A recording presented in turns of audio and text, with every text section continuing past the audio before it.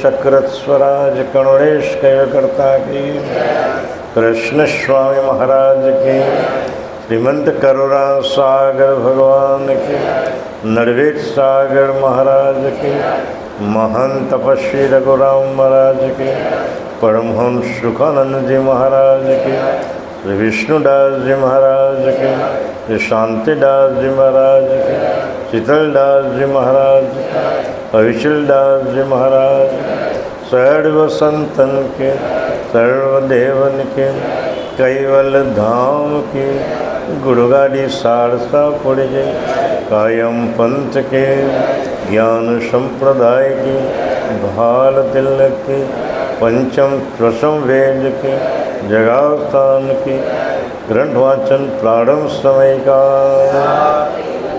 सत कैवल साहेब, सत कैवल साहेब।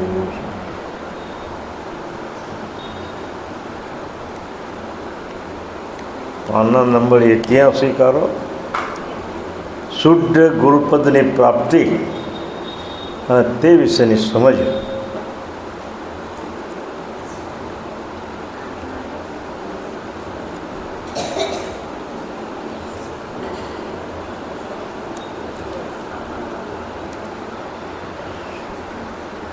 श्रीमंत करुणा सागर भगवान की, नरवेद सागर महाराज की, महान तपस्वी रघुराम महाराज की।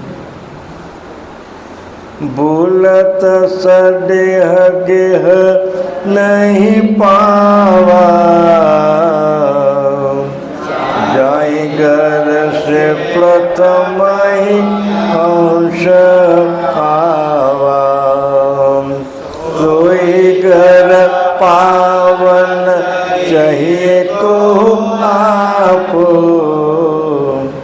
निज सतगुरु संग करहि मिलापो। भूलत सदेह गेह नहीं पावा, जाहि घर से प्रथम ही अंश आवा।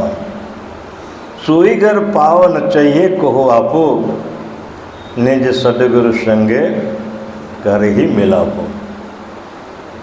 दयारु भगवान करुणासागर स्वमुखे रचाયેલ पंचम श्वसन वेदनी अंदर शुद्ध गुरुपदની પ્રાપ્તિ કઈ રીતે થાય એની સમજ માટે આપણને આ ગ્રંથની અંદર સુંદર વર્ણન કરેલું છે। દયાળુને જો પ્રાપ્ત કરવું હોય તો કેમ કરી શકાય? આપણા અંતસ્કરણની અંદર કોઈ વસ્તુને પ્રાપ્ત કરવી હોય તેમાં કેટલી તાલાવેલી હોય એમ। એ પ્રોગ્રામમાં જવાનું હોય તો આપણે ક્વીનમાં જવાનું હોય તો રાતના કેટલી તાલાવેલી કે કાલે હવાના 5:30 વાગે મારે ક્વીન પકડવાની છે। આખી રાત એનો જ વિચાર આવે એમ કે મોડું થઈ જાય ક્વીન ચૂકી જઈશું। તો આ એક જ પ્રવાસ છે આપણો, આ પરમગુરુને પ્રાપ્ત કરવાનો એક પ્રવાસ છે। આ ક્વીન જો ચૂકી જઈએ તો આ ભાવ ફરીથી વારંવાર આવતો નથી। એટલે કહે છે ભૂલે હું સદેહ ઘેર નહીં પાવા, કે તારું જે મૂળ નિજ ઘર છે, તું જ્યાંથી આવ્યો છે ત્યાં જવાનો છે, તો કોણ તમને લઈ જાય? એ કેવો પુરુષ, સમર્થ પુરુષ છે કે તે આ રસ્તો બતાવી શકે। અહીંયાથી સ્ટેશન જવું હોય તો આપણે ન જોયું હોય, ઘણા અહીંયા પ્રવાસી આવે છે તો ભાઈ અમને અહીંથી ક્યાંથી જવાય, એમ પાછું ક્યાંથી જવાય? તો આપણે રસ્તો બતાવીએ, કાગળમાં લખીને આપીએ કે ભાઈ આ ઈચ્છાનાથ જજો, ઈચ્છાનાથથી જમણી બાજુ ટર્ન કરજો, ને ગવ્યને પુલ આવશે ને પુલમાંથી પાછું ડાબી બાજુ તમે જશો તો આ રીતે ગ્રાફિક કરીને આપણે નકશો બતાવીએ ત્યારે એ ઘર પણ આ તો નિજ ઘર છે જ્યાંથી આપણે આવ્યા છે, એનો રસ્તો કોણ બતાવે? એમ તો જે ઘરથી જે પુરુષ આવ્યો હોય તે જ પુરુષ આપણને રસ્તો બતાવે ને। અત્યાર સુધીમાં જે કંઈ પુરુષો આવેલા છે તો બધા નાશોના ધામોમાંથી આવેલા છે। બ્રહ્માજીના બધા વિષ્ણુના 10 અવતારો છે, એ વિષ્ણુના ધામમાંથી આવ્યા છે। એને માનનાર બરાબર કે વિષ્ણુ ધામમાં જાય પણ એ આપણું નિજ ઘર નથી, આપણું સજાતી ઘર નથી। આ દેહનું સજાતી ઘર છે, આપણું ઉમરામાં રહીએ એ આપણું એ દેહનું ઘર છે, અને આત્માનું રહેવાનું ઘર એ આપણું શરીર છે। બોલો અંશને રહેવાનું ઘર, અંશને રહેવાનું ઘર તો જે ઘરથી આવ્યો છે તે ઘર એને જવાનું હોય છે, પણ એ નિજ ઘર એટલે એનું કૈવલ ધામ। એ કૈવલ ધામમાં જવું હોય તો એ ઘરનો જે ભૌમ્યો હોય તો સાહેબ એ જ એને બતાવી શકે, એ જ એના ઘરને। એટલે એ પરમગુરુ જે ઘરથી આવ્યા છે, અને તમે આવીને અહીંયાથી ભૂલા પડી ગયા।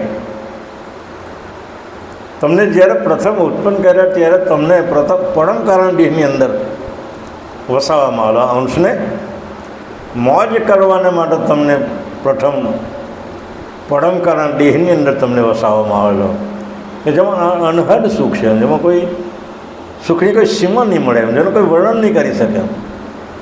એવો જે પરમ કારણ દેહ જેમાં કાળનો ચારો નથી, જ્યાં કાળ પહોંચી શકતો નથી, એવા પરમ કારણ દેહની અંદર જેમ રાજાની 7 માળની હવેલી હોય અને રાજાના કુંવરને 7મે માળે એને વસાવેલો હોય, એને કેટલું સુખ હોય, અનહદ સુખ હોય કે જેનું વર્ણન નહીં કરી શકે। રાજાના મહેલમાં રાજકુમાર અંદર રહેતો હોય તો એનું સુખ કેવું હોય એમ આ અંશને પ્રથમ તો પરમ કારણ દેહની અંદર વસાવેલો કે તું મારા સ્વરૂપને જાણી શકે, એનો આનંદ કરી શકે।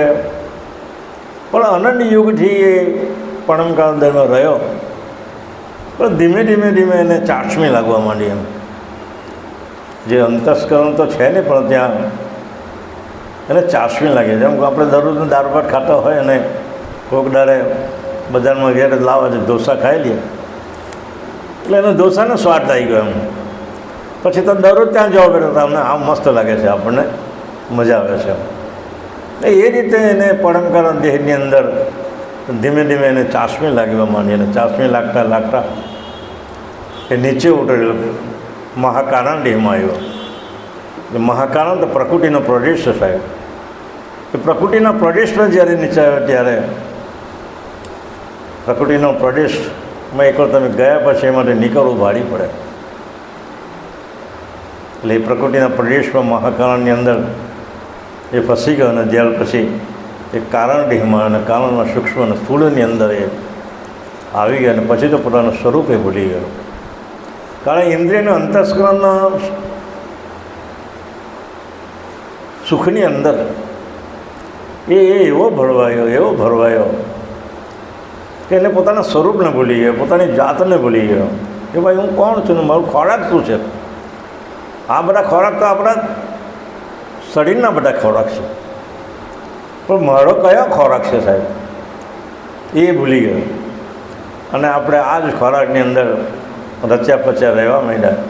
એટલે પ્રસંગ હોય ત્યારે મિટિંગ થાય ત્યારે એમ કે ભાઈ આ વખતે આ બનાવવાનું છે, તે બનાવવાનું છે, ફલાણું બનાવવાનું છે, ટીકડું બનાવવાનું છે. પણ મૂળ ઘરથી જે આપવાનો આવ્યો છે તેનો ખોરાક એને શું આપવાનો છે, એનો શું ખોરાક છે એ આપણે ભૂલી ગયા. એટલે દયાળુ એ અનંત દયાળુ છે એમ ને અનંત દયાળુ હોવાને લીધે આપણને આ ગ્રંથની અંદર તમારે કઈ રીતે પ્રાર્થના કરવાની છે, કઈ રીતે હું મળી શકું તમને મળવાના માટે તમારી કઈ પ્રકારની આજીજી કરવી પડે એ અંગની અંદર આ અંગની અંદર આપણને સુંદર રીતે વર્ણવી શકે છે. એ અંશ તું તારા સ્વદેશ સ્વરૂપને ભૂલ્યો. એ કારણને લીધે પ્રથમ જે ગઢથી તું આ બાજુ આવ્યો તે ગઢ હવે તું પ્રાપ્ત કરી શકીશ નહીં. કારણ કે ઇન્દ્રિય અને અંતસ્કરણના એ સુખની અંદર એવો ફસાયો કે પોતાના મૂળ સ્વરૂપને ભૂલી ગયો. કદાચ આ નિજગઢની પ્રાપ્તિ અર્થે આપનપું જાણવાની ઈચ્છા કોઈ કરે તો નિજ સદગુરુ સંગ આ મેરાપ કરો એ જ ભવસાગર તળવાની ત્રણેય હોડી તમને બતાવશે. સદગુરુ આપણે ગયા ને સદગુરુ દાતા મોક્ષ કા જાહેર જુગમાં જાન શરણ ગયે જે જન પાયે પદ નિવા. સદગુરુના શરણમાં જે જાય એને આ નિર્વાણ પદની પ્રાપ્તિ કરી શકે. બીજા કોઈ શરણમાં જવાથી આમ તો સદગુરુને ઘણો બધો રાફડો ફાટી ગયો છે જગતની અંદર. જે બી હોય તેને સદગુરુ, જે બી હોય તેને સદગુરુ. એક ભાઈ કાઠિયાવાડો ભાઈ અહીંયા આવેલા હતા 3-4 દાડા પહેલાં. તે રઘુરામલાની નાની એક પુસ્તિકા છે મારી પાસે, તેને બતાવી. મેં કીધું જરા આ વાંચો તો સારું પડે. તે સદગુરુનું થોડું મેં વર્ણન કરેલું છે અંદર કે સદગુરુ સંસારી હોઈ ન શકે. પેલો મુદ્દો એક, સંસારી પુરુષને સદગુરુ શબ્દ લાગે નહીં. તો મને એને વિચાર કે સંસારી એટલે કે જેણે સંસારનો ત્યાગ કર્યો હોય, વ્યભિચાર ન કર્યો હોય તેને તો સદગુરુ કહેવાય ને. એમ કે ભાઈ મને મેં કહ્યું ભાઈ વાત તારી બધી બરાબર, પણ જે ગર્ભનમાંથી જે આવ્યો છે પછી એ સંસારી હોય કે ત્યાગી હોય કે વૈરાગી હોય ગમે તે હોય, પણ મને એક ગર્ભમાંથી આવ્યો છે તેને સાહેબ સદગુરુની ઉપમા કદી પણ લાગી શકતી. હજી એ જ વાત કરે અને કે મને કંઈ ગર્ભમાં થોડા આવવાના છે પરમગુરુ કંઈ. કૈવલ્યકર્તાનું જે અભ્યંતર સ્વરૂપ છે બાપજી એમ કહે છે એ કૈવલ્યકર્તાનું જે અભ્યંતર એટલે અંતર સ્વરૂપનું જે સ્વરૂપ છે એ સ્વરૂપને પરમગુરુ કહેવાય. એમ કૈવલ્યકર્તાનું જે અભ્યંતર સ્વરૂપ એટલે હૃદય જેને કહેવાય. અભ્યંતર સ્વરૂપ એટલે જેને હૃદય છે બાપજી લખે ને એક ચોપાઈ છે, સાંઈ શ્વે રહે સદા દગમગે નહીં કદા સંત તેનું રડા કહું દ્રષ્ટાંત. પછી દ્રષ્ટાંત તો બહુ મોટું છે પણ સાંઈ શ્વે રહે સદા દગમગે નહીં કદા સંત તેનું રડા. જો અહીંયા શું કે કૈવલ્યકર્તાનું હૃદય એ જ સંત છે, પરમગુરુ એ જ સંત છે ને, અને કૈવલ્યનું હૃદય એ જ પરમગુરુ એટલે એનું અભ્યંતર સ્વરૂપ છે. પણ જે સાકાર સ્વરૂપનું ધારણ કરે, એ સદગુરુનું સ્વરૂપનું ધારણ કરે, તો સાહેબ તમે કોણ કૈવલનો ઉપદેશ આપી શકે? કૈવલને કોણ ઓળખાવે? બાકી એમ લખ્યું છે 52માં પેલા કણષ્ટાલેવના 52ની અંગની એની બહુ સ્પષ્ટ વાત કરી છે કે દયાળુ મેં તારું સ્વરૂપ એ બીજું સ્વરૂપ છે, તમારો પડછાયો છે. માણસનો પડછાયો તો જડ છે, પણ કૈવલનો પડછાયો તો ચેતન સ્વરૂપ છે એમ કે. એટલે મેં તમારું પડછાયો સ્વરૂપ છે એમ કે. એટલે મેં બીજું સ્વરૂપ ન ધારણ કરું તો તમને કોણ ઓળખાવે? તમારું નામ તો મેં બહાર લાવેલું છે. મારો બાળકનો જન્મ થાય ત્યારે કોઈ નામ પાડે ને, તેમાં કરતાં કૈવલનું નામ કોણે પાડેલું? પડમગુરે પાડેલું છે સાહેબ. તમારું બીજું સ્વરૂપ મેં નહીં ધારણ તો તમારું નામ પણ મેં જ પાડેલું છે. કૈવલ જે મેં ઓળખાવ્યા તમને, એ સાહેબ મેં ઓળખાવ્યા. તમને બીજું કોણ ઓળખાવે? આ જગતની અંદર એવો કોઈ પુરુષ નથી કે તમારું કોઈ ઓળખાવી શકે. એટલે તો બાપજીનું જે સાકાર સ્વરૂપના 5 નામ બાપજીના આપણે એનાથી ઓળખીએ છીએ. ઘણી વાર કહું છું કે કરતા કૈવલને ઓળખાવવા માટે 5 વિશેષણો નામ આપેલા છે. એક તો આદ્ય, સક્રત, સ્વરાજ, કરુણેશ ને કૈવલ. આ નામનું અર્થકથન પણ આપણે દરેક અનુયાયે જાણવું જોઈએ. મારું તો એમ કહેવું, કોઈ કાલ આવીને પૂછે કે ભાઈ આદ્ય એટલે શું, સક્રત એટલે શું, સ્વરાજ એટલે શું, કરુણેશ એટલે શું ને કૈવલ એટલે શું, 5 વિશેષણ જેને સંબોધન લાગે, જેને બંધ બેસે, તેને કૈવલ કરતાં સમજી લેજો. અને બીજા 5 વિશેષણ સાકાર સ્વરૂપને જે લાગેલા છે તે એ છે પરમગુરુ, પરમ વિશેષ અંશ, કૈવલ વેદતા, કરુણાસાગર અને પ્રભુનું સાકાર સ્વરૂપ એટલે સ્થૂળ સ્વરૂપ, જેને કુબેર સ્વામીથી આપણે ઓળખીએ છીએ. એવા 5 સ્વરૂપ એના જુદા જુદા સ્થળથી એના નામ પડેલા.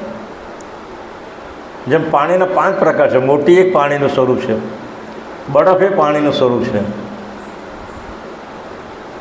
પછી પડપોટો એક પાણીનું સ્વરૂપ છે, અને મીઠું એ પણ પાણીનું.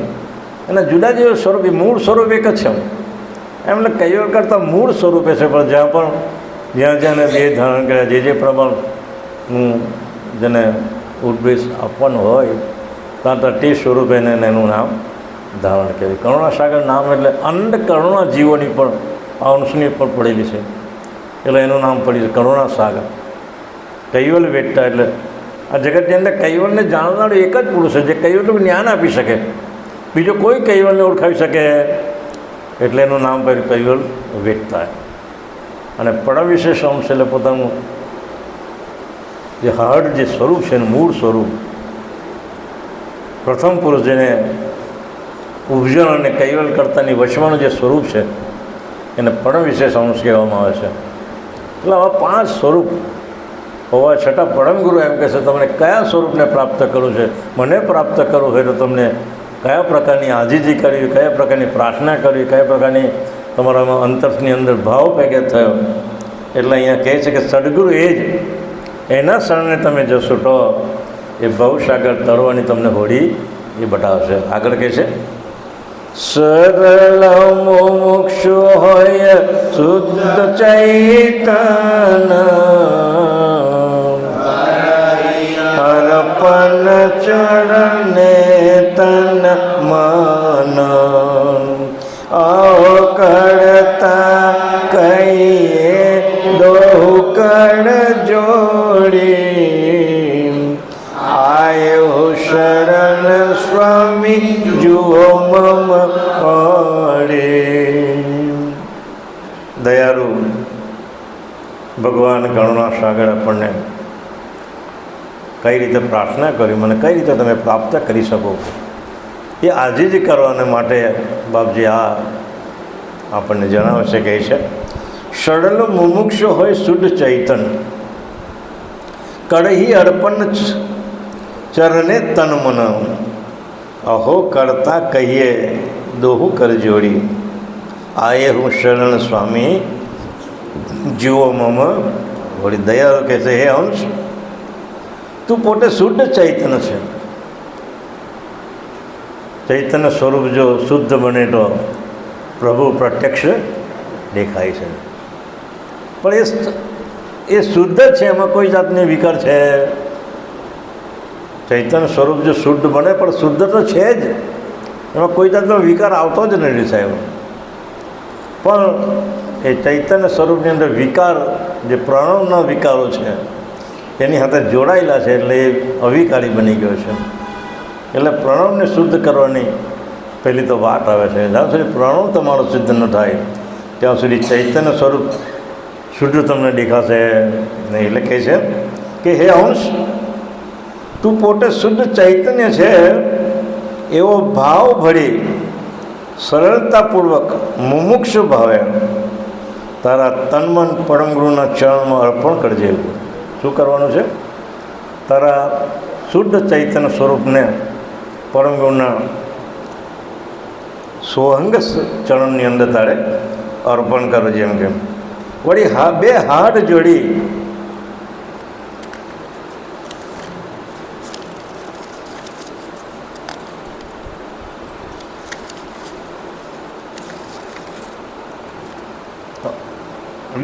જોડી હે નાથ,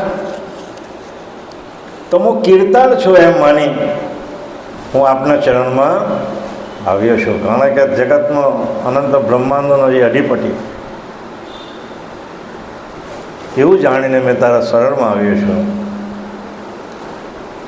તો હે સ્વામી, દયાભરી કૃપાળુ દ્રષ્ટિએ હું પતિતનું સામું જુઓ એમ કંઈ કલ્યાણની માંગણી કરજો. બીજું આપણે શું માંગવાનું?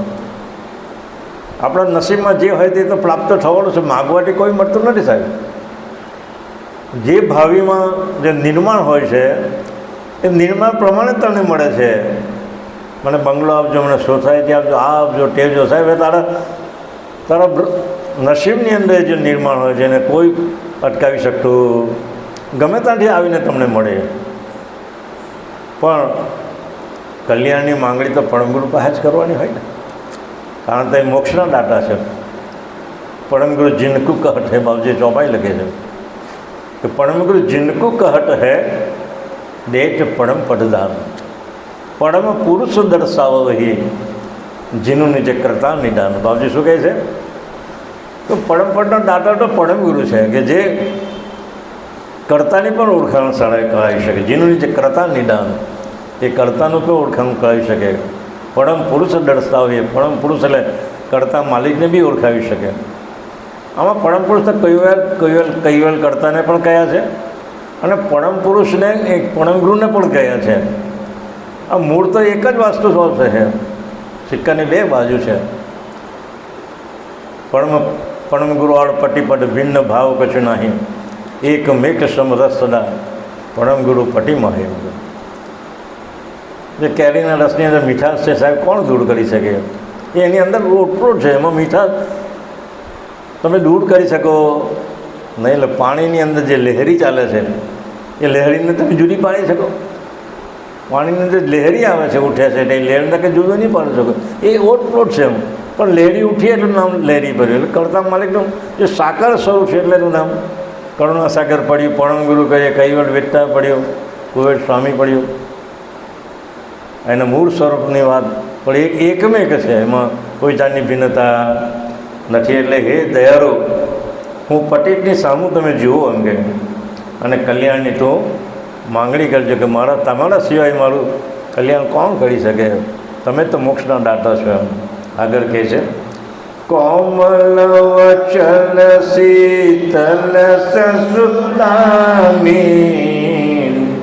પાહે પાહે ગુરુ તુમ પરણામે, જયતે ગુરુ પરમ નિદાનો, મેં તો મમતા પાસ અજ્ઞાનો. કોમલ વચન શીતલ સસુદામી, પાહી પાહી ગુરુ તુમ પરણામી, જયતિ ગુરુ પરમ નિદ્યાનું, મેં તો મમતાસ પાસ અજ્ઞાન. હે કૈવલના ભગવતીજન, હે અંશ, તમે પોતાને પરમપદ પામવાની ઈચ્છા હોય તું સર્વાંગે બાળકના જેવી દશાવર થજે અને આટલી કોમળ શીતળતાના વચન બોલી કહેજો કે હે ગુરુદેવ, હું તો પાહી એટલે પતિતને આપ પાવન કરી બચાવો. આપના ચરણ કમળમાં મારા અનેક વાર પ્રણામ છે. વળી આપ સર્વથા જય રૂપ છો. હે ગુરુદેવ, આપ પરમપદના નિદાન રૂપ હોય સદા સર્વદા જય રૂપ છો. આ કારણને લીધે પરમપદના શ્રેષ્ઠ સાગર મને ઘોર અજ્ઞાનના ત્રાસમાંથી અને એના ફાંડામાંથી મુક્ત કરો. આ ભવસાગરમાં ડૂબતા અંશોને આપ સિવાય કોણ બચાવી શકશે? કારણ કે અંશના જે દાતા છે ને, જેનો બાળક હોય તે જ પિતા એને બચાવી શકે ને બીજો કોણ બચાવી શકે? એટલે અંશના પિતા તો પરમ ગુરુ જ પોતે છે. જ્યાં બોર્ડ પર ચોપાઈ લખેલી છે તો વાંચો જતી વખતે, પણ જેહી પરમ વિશેષ અંશહી ચોપાઈ લખેલી છે. પણ જેહી પરમ વિશેષ અંશહી શકલ અંશ પતિરાજ. શું લખ્યું છે? અંશનો પતિ જ હું છું. પરમગુરુ પોતે એમ કહે છે કે આ અંશનો પતિ પરમગુરુ હું પોતે જ છું. તેહી હમ આયા અનપડ કરન કાજ તુમ કાજ. ચોપાઈ લખેલી છે કે એ જ પુરુષ કે જેણે મેં અંશને ઉત્પન્ન કર્યા છે, એ પુરુષ હું જ તમારા કામ કરવાનું, એટલે ભવના બંધન માટે મુક્ત કરવા માટે હું અહીંયા પ્રગટ રૂપે અહીંયા આવ્યો છું. પણ આપણે દુઃખની લાગશે કે આપણે એને સડી ધાડી પુરુષ તરીકે ઓળખીએ છીએ. વિશ્વબ્રહ્મ વિદ્વાંસની અંદર 83મી અંગનની અંદર 80મી ચોપાઈમાં એમ લખે છે, હમસે બેર કરી તો ક્યાં કગવા, હમસે બેર કરી તો ક્યાં કગવા, જાણત મનસુ સમજકું. મને મનુષ્ય જાણીને એટલો બધો હેરાન કરે કે જેની કોઈ હદ નહીં મળે. એમ એક દાંકણી તજે ભુવન કહું. એમ એક દાંકણ હોય તો એક ગણને છોડી દે, પણ તમે તો મને છોડ્યો. મનુષ્ય જાણીને મને એટલો હેરાન કરે કે જેની કોઈ હદ નથી. એમ આજે પરિસ્થિતિ આપણી એવી છે. પરમગુરુની પરિસ્થિતિ, પરમગુરુ આપણી પરિસ્થિતિ પરમગુરુને સમજવાની આવી છે ને, લગભગ 50% લોકો અને આ સ્વરૂપને આ રીતે માને છે. બાપજી કહે છે કે મેરો તન ચૈતન્ય ચીડું રૂપ. મારું સ્વરૂપ કેવું છે? ચૈતન્ય સ્વરૂપ છે. મને કોઈ આવરણ જ નથી લાગતું. પણ તમને ઉપદેશ લેવા માટે આ સ્થૂળ દેહનું આવરણ માટે ધારણ કરવું પડેલું છું કે જેથી હું તમને જોઈ શકું, તમે મને જોઈ શકો, મેં જે કંઈ બી બોલું એ તમે સાંભળી શકો. એ આધાર જો ન હોય તો તમને કેવી રીતે સમજાવું, મેં કઈ રીતે સંભળાવું? એટલે મન તન દેખી બોલો માટે કોઈ ભવતાના ભીડ ભંજન હોય. હમ તો પુરુષ અલેખ કહે. મારું સ્વરૂપ જ એવું છે કે લખવામાં આવતું, પણ તમારી પર ઉપકાર કરવા માટે, તમને ભવના બંધનમાંથી મુક્ત કરવા માટે મારે આ બીજું સ્વરૂપ ધારણ કરવું પડે છે. એટલે એ સ્વરૂપને આજે ઓળખી શક્યા. હવે કે હમ કૈવલ અકળ અરૂપ અદ્રશ. કૈવલ અકળ અરૂપ અદ્રશ. કૈવલ તો અકળ છે, અરૂપ અને અદ્રષ્ટ છે. કાળ જ દ્વારે વેચતા શ્રેષ્ઠ. જે કાળ કરવાનું છે, કાર્ય કરવાનું છે, સૃષ્ટિ રચવાનું કાર્ય હોય કે પછી મનુષ્યને ભવના બંધનમાંથી મુક્ત કરવાનું કાર્ય હોય, એ કૈવલ વેચતા જ કરી શકે છે. બીજો કોઈ કરી શકતો નથી. એટલે કહે છે કે આ ભવસાગરમાં ડૂબતા અંશને આપ સિવાય કોણ ઉગાડી શકે? દયાળુ કહે છે. એટલે આગળ કહે છે, શકલ દેવન કે કો દેવા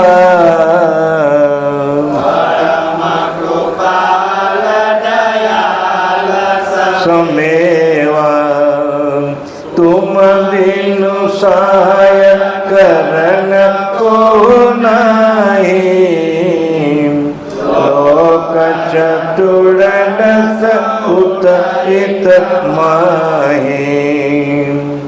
શકલ દેવન કે, सकल देव देवन के हो देवा, परम कृपाल सदाय दयाल समेवा, तुम बिनु सहाय करन कहो नाही, लोक चतुर्दश उठ इत माही. दयाळु કહે છે, હે પરમગુરુ, અંશને પ્રાર્થના કરે છે અને કહે છે, હે પરમ ગુરુ, આપ પોતે સર્વદેવોના દેવરૂપ હોય પરમ દયાળુ છે. દયાળુ એટલા દયાળુ છે તે આગળ બી મેં વાત કરેલી. કેટલા દયાળુ છે ને કોઈ કલ્પના નહીં કરી શકે. આજે 84 લાખ પ્રકારની જે યોની બનાવેલી છે ને, એમાં કેટલીક યોનીઓ, કેટલાક જીવો એવા બનાવેલા છે કે ક્ષણભંગુર, આજે જન્મે ને કાલે મળી જાય, આજે જન્મે ને આજે જ મળી જાય, આજે જન્મે કાલે મળે, પરમ દાડે મળે, 2-3 દાડ મળે, મહિના 2 મહિના મળે. એવો 50% જીવો એવા છે કે ક્ષણભંગુર. જો વધારે આયુષ્યવાળા મેં જીવો બધા જ બનાવેલા હોત તો મારો અંશ જે આજે નહીં ને કાલે કોઈ ઘાટમાં તો જવાનો છે, તો ઘાટમાં કઈ રીતે એને પૂરું કરી શકે? કીરીને જો 500 વર્ષનું આયુષ્ય આપેલું હોય તો આપણો ઘર એકદાર કીરીમાં તો જવાનો છે, આજે નહીં તો કાલે. પરમગુરુના શરણે થયા વિના દરેક ઘાટ આપણા માટે તૈયાર છે જ. પણ પરમગુરુના શરણે જવાથી હું તો એમ માનું છું કે ફરીથી પરમગુરુને આ પ્રકારની આજીજી કરવામાં આવે તો એ મનુષ્ય ઘાટ આપે આપણને બીજો જન્મ, અને અધૂરું કાર્ય આપણાથી પૂરું થાય અને કૈવલ્યપણને પામી શકે. પણ જો પરમગુરુનો સાક્ષાત ન કરીએ, પરમગુરુનું લક્ષ્ય ન લગીએ, પરમગુરુની સ્તુતિ પ્રાર્થના ન કરીએ, પરમગુરુનું મંદિરે દર્શન કરવાના આવીએ, આ બધું ન કરીએ તો એક જમાનો, એક એવો સમય, એક એવો આપણે આ ઘાટમાં આપણે જવાનું છે. અને કીરીનો ઘાટ જો 500 વર્ષનું આયુષ્ય કર્યો તો આપણે ઘાટ કીરીમાં જટે તો 500 વર્ષનું આયુષ્ય ભોગવવું પડે ને ત્યાં. તો એવા જીવો, આટલા બધા આયુષ્યના જો જીવો બનાવેલા હોટે તો આ મારો અંશ 84 લાખ પ્રકારનું જે ફેરો ક્યારે પૂરું કરી શક્યો? એટલે જલ્દી પૂરું કરે છે. એટલા માટે આવા 50% ઘાટો મેં એવા જલ્દી મરણ પામે એવા ઘાટો મેં બનાવેલા છે. એટલે દયાળુ કેટલી આપણી પર કરુણા કરી હતી એ તો જુઓ તમે. કોઈને કલ્પના આવે ખરી કે આ 84 લાખ પ્રકારના 50% ઘાટો એવા ક્ષણભંગુર બનાવેલા છે કે જે એના ઘાટો જલ્દી મળી જાય. કીરો, મકારો, નાની નાની બધી જે જંતુઓ છે, મચ્છર, આ તે બધા ક્ષણભંગુર છે ને, એના ઘાટમાં તો એકદાર તો જવાના છે ને આપણને. તો એ ઘાટ જો મોટા મોટા આયુષ્યવાળા બનાવેલા હોત તો આપણે એ ફેરો ક્યારે પૂરો કરી શકતા? તો એની કરુણા તો આ કરુણા છે કે ભાઈ મેં 50% ઘાટો તમારા ચક્કર ઓછું થાય એટલા માટે મેં બનાવેલા છે સાહેબ. એટલે કેટલા દયાળુ છે એ તો તમે કલ્પના કરો છો?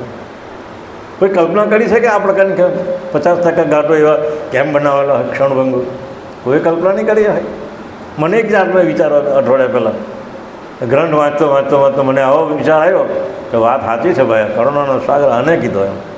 એવો 2-3 વિચાર આવે ત્યારે કહેતો નથી ચાલે, પણ કરુણાનો સાગર આ પ્રકારની કરુણા આપણી પણ એને કરેલી છે. એટલે કહે છે, હે પરમ કૃપાળુ, હે પરમ ગુરુ, આપ પોતે સર્વદેવોના દેવરૂપ હોય, આપ તો પરમ દયાળુ છે. એ દયાના સાગર, તમારા સિવાય સહાય કરનાર 14 લોકમાં આ બાજુ ને તે બાજુ હોય નથી. 14 લોક એટલે બ્રહ્મા, વિષ્ણુ, મહેશ, શક્તિના નિરંજન સુધીના જે 14 લોક છે, એ 14 લોકને કૈવલ કરતા તો ઓળખતા જ નથી. તો એ કેવી રીતે તમને ત્યાં પહોંચાડી શકે? એટલે દયાળુ અનંત દેવ અંશોની પણ કરુણા કરી પ્રથમ તો નિરંજન ધામની અંદર એ આવે છે, નિરંજનને ચેતાવે છે. નિરંજનનો મંત્ર છે રણંકાર, એ પ્રકૃતિજન્ય મંત્ર છે. આખી વિશ્વની અંદર નિરંજનના મંત્ર સિવાય કોઈ આગળ જઈ શક્યો, પછી ગમે તે સંપ્રદાયનો હોય તો નિરંજનના મંત્રથી કોઈ આગળ ગયું. પરમગુરુ તો આપણને ઓહંગ ને સોહંગ સત ચરણમ, આ ઓહંગ ને સોહંગ એ જ તારા ચરણ છે, એ ચરણમાં જ મારી વૃત્તિને મારી સમર્પિત કરું છું, મારું સુરતાને ત્યાં જ મારે સમર્પિત કરવી છે. અને એ જ ચરણમાં જો સુરતાને નૃત્યને સમર્પિત પડે તો કરતા માલિકને કહ્યું ને કે પરમગુરુને એ આપણું જે અંતર સ્વરૂપ છે ત્યાં એ પહોંચી શકે છે, અને આપણો અવાજ પણ એ જાણી શકે, આપણું ધ્યાન પણ એ જાણી શકે, આપણો અંતર્ભાવ પણ એ જાણી શકે છે. એટલે કહે છે કે આ બાજુ ને તે બાજુ તારા સિવાય કોઈ છે નહીં. આગળ શું કહે છે? નિજ મમ સ્વરૂપ પંચતનુ પારી,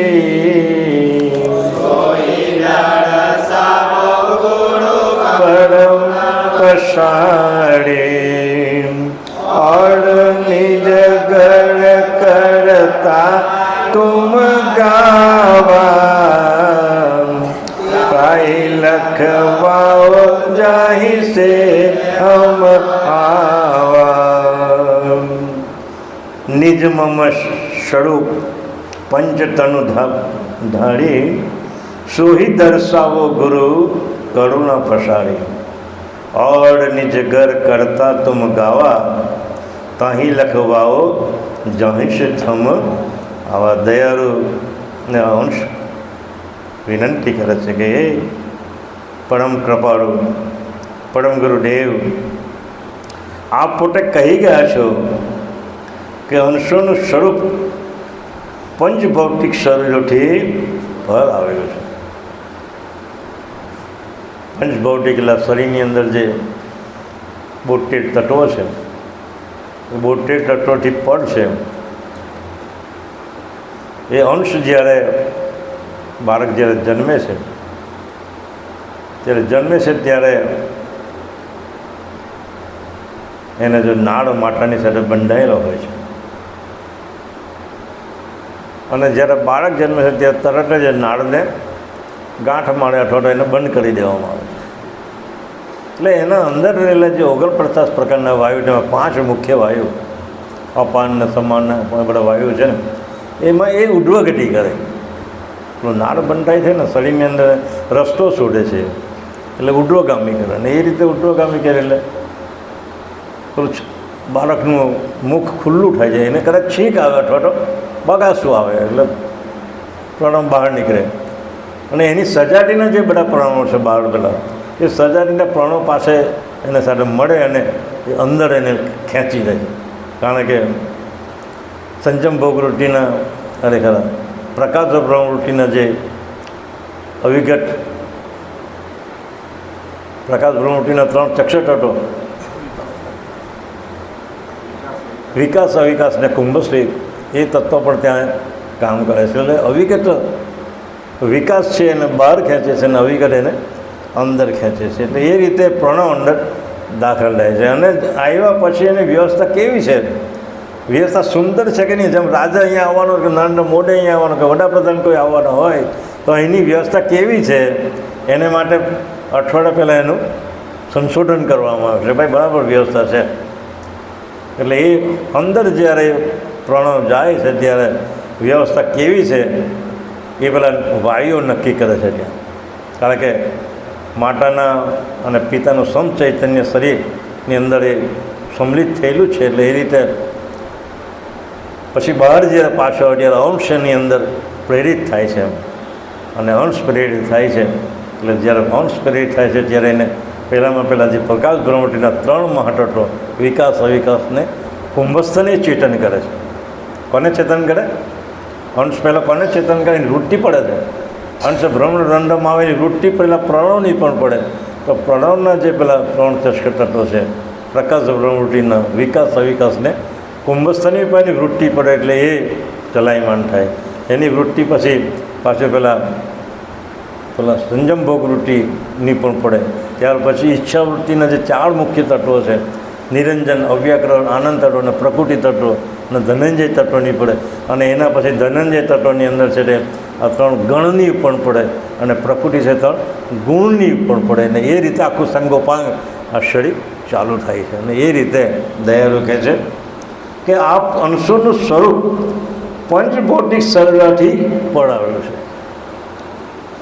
તો તે સંબંધી ગમ અને સ્વરૂપની પ્રાપ્તિનો સાક્ષાત્કાર કેવી રીતે કરવો તે સંબંધી લક્ષ્ય માળો પણ કરુણા દ્રષ્ટિ પ્રસારીને જેમ છે તેમ દર્શાવો। એ જો જોવું હોય તો તમારે પંચમવેદની અંદર ઉલટ પંચક્રિયાની ક્રિયા બાબજીએ બતાવેલી છે કે ભાઈ આ ગુણની ઉલટ ક્રિયા કેમ કરવી, ગણની ઉલટ ક્રિયા કેમ કરવી, ઈચ્છાવૃત્તિના 72 તત્વોની, પછી એને પેલા ધનંજય પેલા સંયમ ભોગવૃત્તિના જે 3 ચક્ષુ તત્વો છે તેની ઉલટ ક્રિયા કેમ કરી, વિકાસ, અવિકાસને કુંભસ્થની જે છે તે કેમ કરી, એ બધી જ બાબતો આમ ઉલટ ક્રિયા કરતાં કરતાં મૂળ સ્વરૂપને તમે ઓળખી શકશો। પણ આ ક્રિયા તમારે કરવી પડે, વાંચવું પડે ત્યાં લગી, અથવા તો એવું ન કરો તો પછી જે પરમગુરુ જે લક્ષ્ય આપેલો છે કૈવલ મંત્રનો, એ 24 કલાક તમારે રતન કરવું પડે. અષ્ટપહોળ મને રતન રતો જપ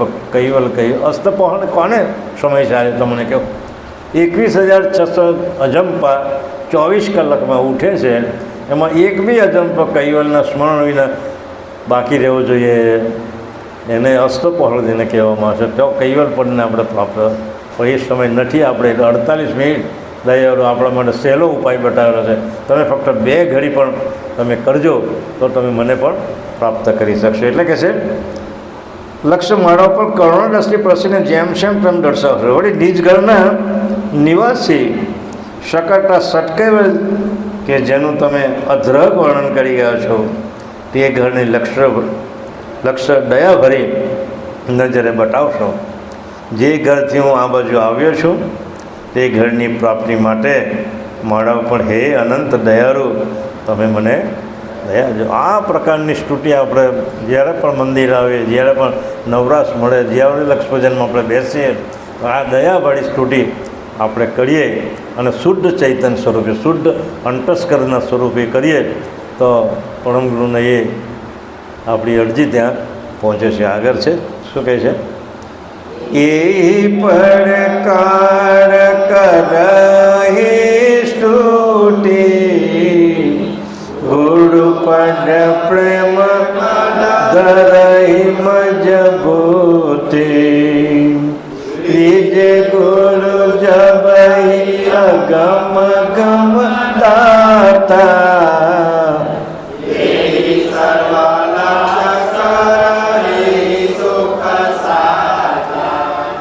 यही પડકાર કરહી સ્તુતિ ગુરુપદ પ્રેમ કરહી મજબૂતી રેજે ગુરુ જબહી અગમ અગમ દાતા દેહી સર્વ લક્ષ્ય કરહી સુખ દાતા. દયાળુ કહે છે કે હે કૈવલના અંશ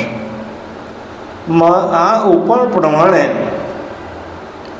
ગુરુના પદરૂપ ચરણ કમળમાં મજબૂત પ્રેમને ધારણ કરીને સ્તુતિ કરવી.